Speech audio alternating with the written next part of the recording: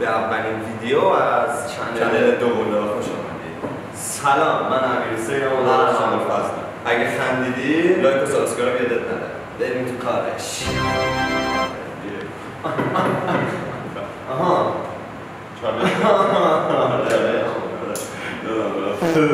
اونی که برد معلوم میکنه که بازنده باید چه چالشی رو انجام بده. هر کسی که برنده این چالش شد میتونه یک جریمه رو واسه بازنده داد بزن. داد صدا تو این ضعیفی ها رو که رفتیم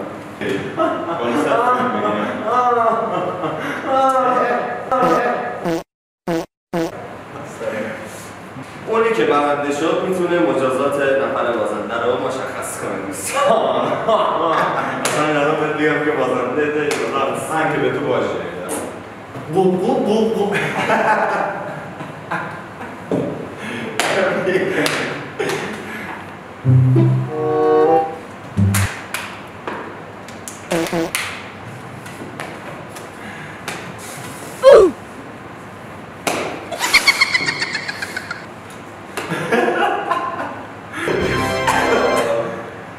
شب بخیر همگی. من الان دارم یه ذره پلو با مرغ میخورم.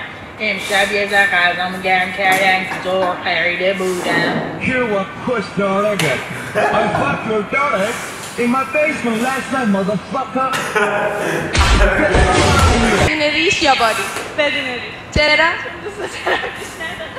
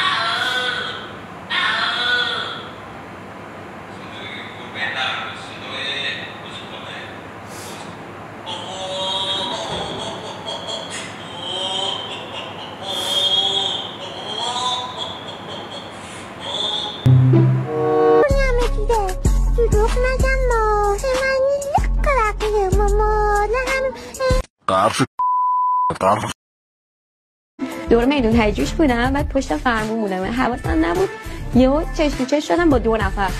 منو دیدن گفتن که این گفتن آره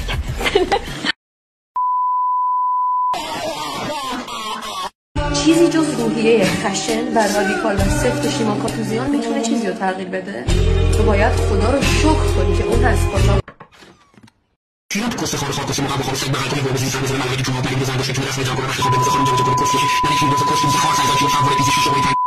خیلی این مردا بامزدن، چقدر احمقن، چقدر احمق.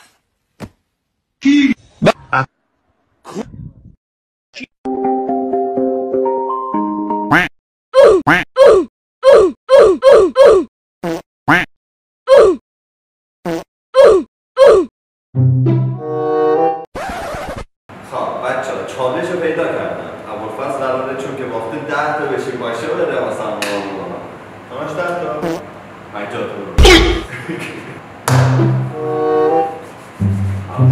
چیا؟ باید بندری رو رفت. نه بچه شوخی کردم. بشون باشو بده باشو. Get out please. چند تا بودو 1 2 3 بودو 4 5 بودو 6 قشنگ بودو نمیدونم نمیدونی سریه بعدی در کار میتونم تو میبازی. بچه جریمه بعدی رو شما انتخاب کنید. داخل کامنت ها بذارید که جریمه بعدی هم اگر خوشتون اومد لایک و